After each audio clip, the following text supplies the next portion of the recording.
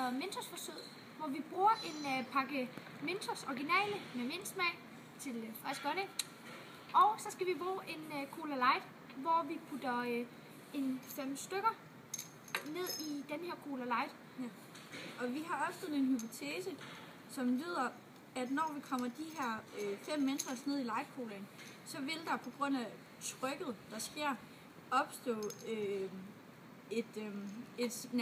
et hurtigt og nærmest eksplosivt opbrusning. Vi får komme ind på mere, hvorfor bagefter forsøget. Ja, kom med her. Så skal vi vise jer, hvad der sker. Maria vil fjerne proppen. Det bør ikke udføres hjemme.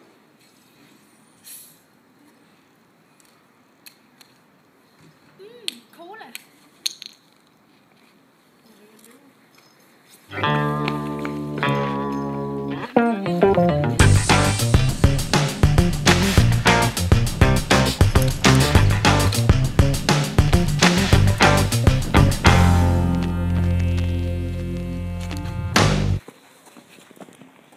Så hvad der skete.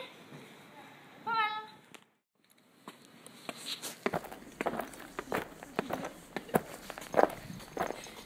Hej. Hej igen. Ja, nu så I vores forsøg lige før med forsøg 1, med de originale Mentos, som ligger derovre. Og nu vil vi prøve med Mentos med fruitsmag. For at se, om der er en forskel. Ja. Vores hypotese er stadig den samme. Ja, at der vil ske et tryk ned i flasken, som så vil gøre, at der kommer bobler op. Og der sker en eksplosion. En opbrusning. Eksplosionsagtig opbrusning. Ja. Og kom med herover, så vil vi vise jer, hvad der sker igen. Maria,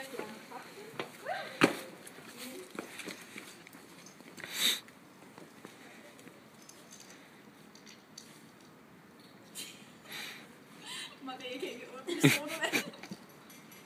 Skal der bøffer til eller hvad? Maria kan godt åbne.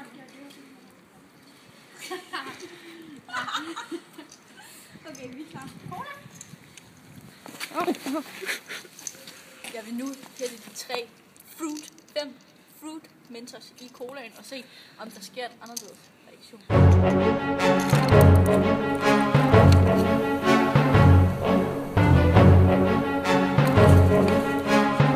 Det var så vores forsøg. Reaktionen er den samme. Ja. Og det var Anna, Maria og Niklas. Og Niklas.